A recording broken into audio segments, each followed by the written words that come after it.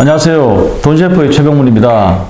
자, 오늘 시간은 저자와의 만남 시간입니다. 지난 7월에 노후의 재구성, 그리고 12월에는 하버드 비즈니스 리뷰 은퇴 전환이라는 두 권의 은퇴 관련 책을 이제 번역 출간하신 우리 전문가님을 모셨습니다. 김지동 전문가님, 안녕하세요. 네, 반갑습니다. 네, 반갑습니다. 자, 오늘은 그래서 이제 특별한 주제로 책을, 이게 노후 관련한 책을 이제 번역해서 이렇게 출간하셨는데, 자, 이 보통 대부분의 이제 이 은퇴 관련 책들이 재무적인 준비를 위한 책들이 많거든요. 그래서 뭐 퇴직연금을 어떻게 준비하고, 또 내 개인연금을 어떻게 준비하고, 국민연금은 어떻게 돼 있느냐, 삼척연금은 어떻게 돼 있느냐, 이런 얘기가 많은데, 근데 이제 이번에 번역 출간하신 이제 두 권의 책은 모두 이제 이 은퇴를 인생의 한 단계에서 다음 단계로 넘어가는 어떤 삶의 전환이라는 그런 관점에서 이제 좀 약간 또 좀 다른 시각으로 어떻게 준비하고 어떻게 디자인할 것인가를, 이런 내용을 좀 담고 있는 것 같습니다. 네. 김지동 전문가님, 어떤 계기로 이 두 권의 책을 번역하게 되셨는지 먼저 말씀 좀 해주십시오. 사실 제가 지난해 말 회사를 퇴직했습니다. 임금 피크 시점이니까 네. 저희 회사는 58살부터 임금 피크였거든요. 네, 예. 그 계기로 퇴직을 결심했는데요. 네. 퇴직을 결심하기 한 1년 전부터 퇴직하고는 뭘 해야 되지? 라는 생각을 좀 많이 하게 됐는데, 사실 깝깝했습니다. 그래서 이런 책 저런 책 다 찾아봤는데 대부분이 연금에 대한 얘기들, 재무적인 준비에 대한 얘기들이 있었고요.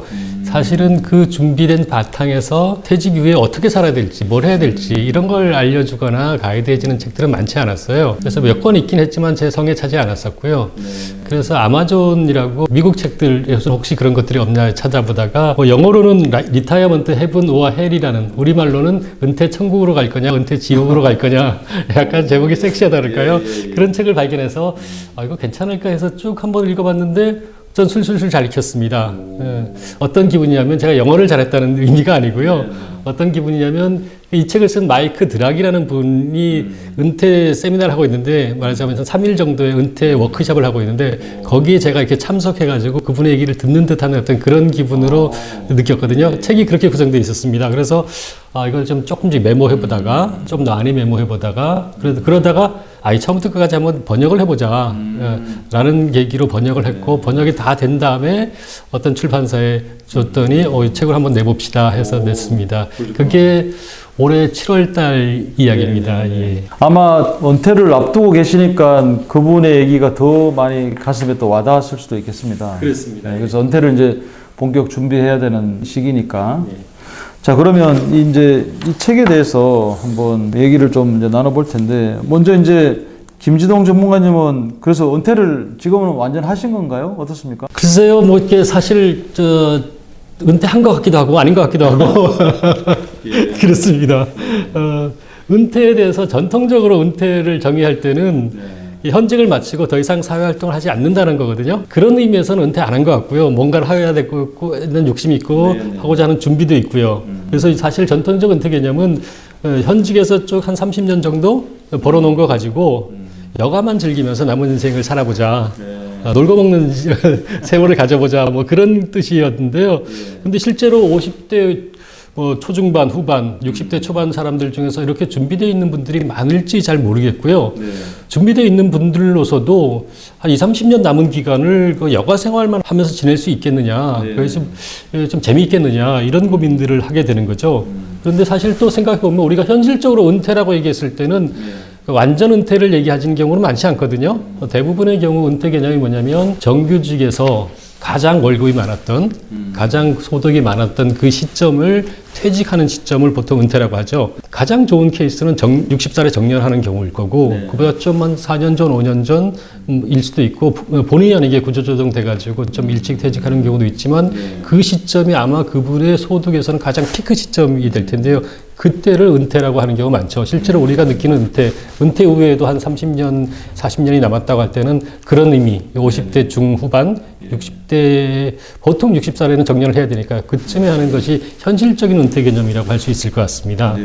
그러니까 사실은 둘 사이에는 굉장히 좀 갭이 있는 거죠. 그렇죠. 그래서 최근에 이제 뭐 언급하신 대로 전통적인 은퇴 개념하고, 실제로 근데 이제 요즘 막 노후 생활이 길어지고 수명이 길어지다 보니까 뭐 남은 30년, 40년 기간을 완전 은퇴를 할 거냐, 전통적 개념으로. 아니면 이제 현실적으로 이제 은퇴, 예를 들어 세미 은퇴라는 말도 요즘 나오기도 하고, 또 뭐 파트타임 은퇴, 또 뭐 은퇴를 연기해서 뭐 또 다시 이제 뭐 풀타임 경력으로 또 다시 제2의 경력을 뗀다든지 이런 개념도 많이 있지 않습니까? 근데 이제 외국이 지금 노후의 재구성, 이 타이틀도 아주 좀 괜찮은 것 같습니다. 노후의 재구성, 이 오래 남은 이 은퇴 기간을 어떻게 좀 재구성해 볼까? 이게 이제 책 제목부터 이런 좀 느낌을 주는데 외국 사례들을 이렇게 보니까 좀 어떻습니까? 저기 한번 말씀해 주시죠. 네, 그 말씀을 드리기 전에 그렇다면 전통적인 은퇴 개념이 뭐 어떤 걸 가정하고 있었냐? 원래 전통적인 개념. 네. 전통적인 은퇴 개념이 그 풀타임 은퇴, 완전 은퇴지 않습니까? 네. 사실 이 전통적인 은퇴는 첫 번째로는 은퇴 시점, 말하자면 55이거나 60살 되면은 사람이 노화하고 더 이상 생산성이 떨어지고 그래서 노동력이 쇠퇴한다라는 가정 하에 은퇴라는 개념이 나왔거든요. 회사에서도 그때 정년이라는 개념이 그때 나왔을 거고요. 두 번째로는 그 은퇴 이후의 나이, 그러니까 은퇴 이후에, 그러니까 55세에서 60세 정도 은퇴하고 나서는 한 5년이나 10년 정도 더 살 것 같다라는 가정. 그러니까 은퇴 기간이 10년 이내일 거라는 가정을 했었죠. 사실 저희가 1970년대만 해도 남성의 기대 수명이 58.7세라 그러니까 사실은 그 후로도 사는 분들이 있겠지만 그때는 58세나 60대 했다 그래도 5년 10년 더 사는 분들이 많지 않겠다 했고 그래서 환갑이라는 잔치가 아주 큰 잔치였지 않습니까? 그래서 그거를 가정으로 했고 당연히 첫 번째 두 번째 가정에 근거해 가지고 그 현직에 있는 기간 동안 모아둔 돈으로 5년 10년 정도는 뭐 살 수 있겠다라는 게 첫 번째였고 두 번째로는 자식들이 부모를 보양하는 것을 너무 당연하게 생각했으니까 사실은 자식들이 연금이라고 할 수 있었겠죠. 그런데 이게 전체적으로 다 무너진 거죠. 그러니까 마지막부터 얘기해 보죠. 제 경우인데 제가 아들이 셋이 있는데 저한테 재산이거나 옛날엔 든든하다 그랬거든요. 아들 많으면요. 그러니까 농사 짓는 집에서야 농사 지어가지고 부모 부양해 줄 애들이 셋이나 있으니까 든든하다 그러는데 지금은 자산 계정이 아니라 부채 계정이죠. 돈을 안 갖다 쓰면 다행이다. 끝까지 부채죠. 자산이 나올 확률은 없는 거죠. 그래서 그럼 이런 어떤 은퇴 개념이 전통적인 은퇴 개념이 어떻게 붕괴됐느냐를 첫 번째 보면은요. 지금 55, 그 다음에 60대도 사람 멀쩡하지 않습니까? 건강하고. 그 다음에 그런 분들이 뭐 경우에 따라서 눈이 좀 침침하다거나 뭐 기억력이 조금 떨어진다고 하지만 일하는 데는 전혀 지장이 없거든요. 그러니까 60, 70까지도 일하는 데는 지장이 없게 된 거죠. 그건 사람들이 그 나이에도 굉장히 건강해졌다는 의미일 수도 있고요. 두 번째로는 이미 저희 2020년 통계를 보면 남자의 기대 수명이 83세, 여자의 기대 수명이 88세.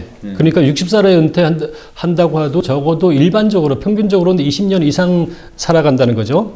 그리고 사실은 이미 60대인 사람들은 그보다 기대 수명이 더 기니까 기본적으로 이제는 90살까지 사는 건 디폴트라고 보고 있으니까 은퇴 기간이 굉장히 길어진 거죠. 그러니까 5년 내외, 10년 이내라고 봤던 은퇴 기간이 20년에서 30년으로 길어진 게 은퇴 개념이 가정했던 게 붕괴된 거죠. 그렇죠. 그리고 마지막으로는 아무도 아까 말씀드렸지만 아무도 자식들로부터 부양을 받을 거다라고 기대를 하지 않는 거죠. 실제로 기대하기도 좀 어렵고요. 그래서 이게 이 모든 것이 한마디로 말하면 오래 살기 때문에 장수 때문에 은퇴 가정이 다 붕괴된 건데요. 그래서 장수는 사실 오래 산다는 건 굉장히 축복받은 일이죠. 그렇지만 한편으로는 길어진 은퇴 기간 때문에 은퇴 파산하지 않을까라는 두려움이 굉장히 크게 나오고 있습니다. 자, 이제 이 책이 어쨌든 그 외국 저자들이 이제 주요 저자는 이제 마이크 드락이라는 분인데 이 책을 보니까 가장 이제 인상적인 구절이 있더라고요. 은퇴 후 일하지 않는 행복은 잠시일 뿐이다. 은퇴 후에도 삶은 계속된다. 성장은 계속돼야 한다는 이제 문구였습니다. 자, 이 책의 저자는 은퇴를 어떤 관점으로 바라봐야 한다고 말하고 있습니까? 조금 전에 은퇴 후 일하지 않는 행복은 잠시뿐이라고 했지 않습니까? 사실 저도 작년 말에 했는데 은퇴 후 한 1년 정도를 은퇴 허니문이라고 그러거든요. 그러니까 뭐 회사 다니면서 해보지 않았던 모든 걸 다 시도해보는 거죠. 예를 들자면 3주 동안 해외여행 갈 수도 있고 그 다음에 뭐 아침에 일찍 깨지 않아도 되고 출근 없고 그러니까 너무 행복한 거죠. 그 기간이 대략 한 6개월에서 1년이 지나면 나는 뭐지? 내가 뭘 해야 되지? 오늘은 뭘 하지? 내일은 뭘 하지? 일주일 내내 토요일이 반복되다가 갑자기 일요일이 됐고 그 다음에 다시 토요일이 시작되는 이것도 너무 지겨운 거거든요. 사실 실제로 이제 그 경험을 했던 거잖아요. 과거 1년 동안. 좋았죠. 사실은 아주 좋았죠. 처음에는 못 견디겠더라고요. 저는 사람마다 그걸 한 2, 3년까지 견디는 사람도 있고 3개월을 지나서도 도저히 못 견디는 사람도 있지만 어쨌든 그렇게만은 살 수 없다는 거죠. 사람이 무려 30년을 그게 불가능하다는 거죠. 그건 사실은 누구나 느낄 것 같습니다. 이 책의 저자 마이크 드락은 지금 74일 가까이 됐는데요. 지금도 철인 3전 경기에 참석한다고 자랑하는 분이거든요. 굉장히 적극적이고 굉장히 주도적인 생각을 가지고 있는 분입니다. 그래서 이분은 그러니까 은퇴는 우리한테 불가피하게 굉장히 여러 가지 변화를 가져다 준다. 그리고 그것이 말하자면 인생의 새로운 전환점이다. 그 전환점이라는 건 말하자면 고등학교에서 대학 가는 건 굉장히 중요한 전환점이지 않습니까? 그리고 대학을 졸업하고 취직을 했을 때도 굉장히 중요한 변화죠. 결혼도 변하고 마지막 전환과 변화가 은퇴라는 거죠. 이전의 게임의 룰과 이후의 게임의 룰이 굉장히 달라지는 거죠. 그런 시절인데 이런 것들이 새로운 출발점에서 어떻게 하느냐. 진정으로 자기가 꿈꾸던 거를 돈에 구애받지 않고 다 시도해 볼 수 있는 기간이라고 될 수 있고 또는 재원 때문에 지옥같이 느껴질 수도 있고 그런 기간입니다. 그래서 여기에 어떻게 준비하고 어떻게 대응할 것이냐라는 것들을 재무적인 차원뿐만이 아니라 생활의 차원들, 그 다음에 관계의 차원들 이런 쪽에서 종합적으로 잘 준비해보자, 액티브하게 살아보자 뭐 그런 말씀 하시는 겁니다. 이분 말 중에 제가 기억나는 거는 은퇴 이후에도 30년 동안 소파에 앉아가지고 넷플릭스만 보고 있을 수는 없지 않냐. 넷플릭스 보면서 맥주만 먹으면서 살 수는 없지 않냐. 그런 말씀 하시더라고요. 이분도 최근에 이제 책을 펴내가지고 넷플릭스 얘기를 하는 거군요. 그렇죠. 자, 그래서 이제 책을 이 구성을 보니까 이제 1, 2, 3장으로 이렇게 구성이 되어 있는데 1장이 이제 나는 인생관을 바꾸기로 했다. 노후를 대하는 어떤 뭐 새로운 태도에 대해서 얘기를 한 거고요. 두 번째가 이제 9가지만 관리하면 노후가 관리된다. 이제 제가 이제 이 장 타이틀을 딱 보고 이제 관심을 딱 갖게 되더라고요. 그래서 최고의 노후를 위한 어떤 9가지 원칙, 여기에 대해서 한번 말씀해 주시죠. 그 인생의 황혼기를 황금기로 만들기 위해서는 9가지를 잘 지키면 된다라고 말씀하시거든요. 첫 번째가 인간관계. 인간관계라는 것은 사실은 직장 이후의 인간관계가 되게 달라지지 않습니까? 대부분의 직장인들이 말씀하시기를 직장에서 알았던 사람의 95%는 퇴직하면 다 사라진다. 그럼 새로운 관계를 만들어야 된다. 그것이 가족과의 있는 시간이 굉장히 강해지고 특히 배우자의 관계들, 가족과의 관계들 또한 새로운 사람을 만날 수 있는 이런 어떤 관계들이 중요시 얘기했고요. 첫 번째 이거 잘하자. 두 번째는 몸의 건강과 마음의 건강을 잘 유지하고 관리하자. 그리고 굉장히 중요하고 어떤 분은 첫 번째로 당연히 말했을 텐데 경제적인 자립을 할 수 있어야 되겠죠. 자기가 준비한 은퇴 자금으로 살아갈 수 있도록 해야 되는 것들. 그리고 혼자만이 아니라 회사라는 집단이 없어졌을 때 새로운 공동체에 소속돼 가지고 거기서 같이 어떤 걸 지향하고 같이 생활하는 이런 시간을 마련해보고 그 다음에 직장 다닐 때는 하루의 시간들이 정해지지 않습니까? 7시에 일어나 가지고 9시까지 출근해야 되고 6시 넘어서 퇴근하고 회식했다가 집에 오고 그 다음 날은 회식 없고 일정한데 은퇴하고 나서는 모든 시간이 자기가 결정이지 않습니까? 이랬을 때 시간 관리를 어떻게 잘할 거냐라는 것들이 굉장히 중요한 거죠. 일상을 어떻게 재구성할 거냐의 문제가 됐고요. 그 다음에 긍정적인 태도를 가져라. 노인들 우울증 굉장히 많거든요. 그래서 이 긍정적인 태도를 가지고 긍정적인 태도를 가지려면 살아가는데 어떤 목적의식, 목적을 가져라. 이 9가지를 제시하고 있습니다. 참 이게 하나하나 다 정말 중요한 얘기, 소중한 얘기 같고 또 이것도 이제 본인의 어떤 경험하면서 이제 그렇게 이 원칙을 정한 것 같은데 하여튼 뭐 중요한 좋은 얘기들이 참 다 나왔네요. 이제 세 번째 장이 이제 인생의 새로운 목적을 찾는 법. 어떻게 보면 이게 이제 아까 얘기하신 대로 뭐 대부분의 은퇴 관련 서적들이 뭐 재무적인 부분을 준비해야 된다 뭐 이런 좀 딱딱한 얘기, 돈 얘기가 많은데 여기 이제 이 책에서는 아까 얘기하신 그런 원칙을 바탕으로 해서 인생의 새로운 목적을 찾는 법, 자신 있는 노후를 위한 어떤 행동에 대해서도 또 언급을 하셨거든요. 이게 어떤 재무적인 거 외에 그리고 아까 원칙적인 거를 또 보태가지고 또 우리 저자로서 이제 하시고 싶은 말씀이 있다면 또 어떤 말씀이 좀 있겠습니까? 사실 마이크 드락이 비재무적인 은퇴 설계를 굉장히 강조하는데 아주 재미있게도 마이크 드락은 은행에서 30년 이상 근무했던 분이고요. 은행. 그리고 마이크 드락의 사모님은 재무자문가예요. 아, 그렇습니다. 예. 그러니까 이분이 재무적인 은퇴 설계를 무시하는 건 아니고요. 그것이 가장 기본이 된다. 베이스는 되고. 베이스 되고. 네. 그러니까 은퇴는 안전을 보장한다는 거죠.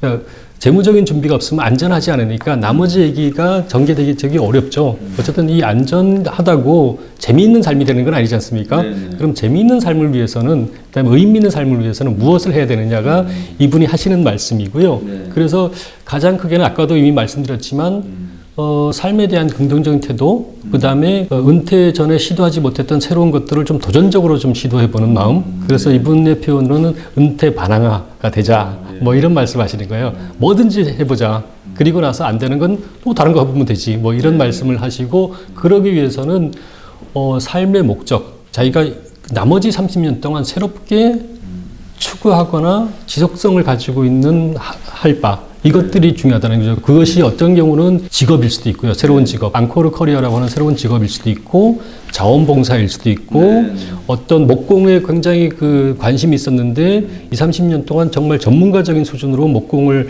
하는 것일 수도 있고요. 그 다음에 자원봉사일 수도 있고, 이 어떤 거든 간에 이분이 말씀하시고 저희도 실제로 그러는데 적정한 수준의 은퇴 재원이 마련되어 있다면, 예를 들자면 월 한 300이나 200 정도 연금을 매달 받을 수 있다면, 나머지는 취미 활동을 하든 봉사 활동을 하든 월 100만 원 정도는 추가적으로 받을 수 있거든요. 풀타임으로 하면 훨씬 많이 받겠지만 경비를 받을 수도 있고 실비를 받을 수도 있고, 목공이 취미인데도 조금씩 그 인터넷 쇼핑몰에 팔아가지고 월 한 뭐 100만 원, 50만 원 이렇게 받을 수 있지 않습니까? 그러면 의미도 찾고 수입도, 부가적인 수입도 확보할 수 있다라는 이 말씀을 하고 계십니다. 네.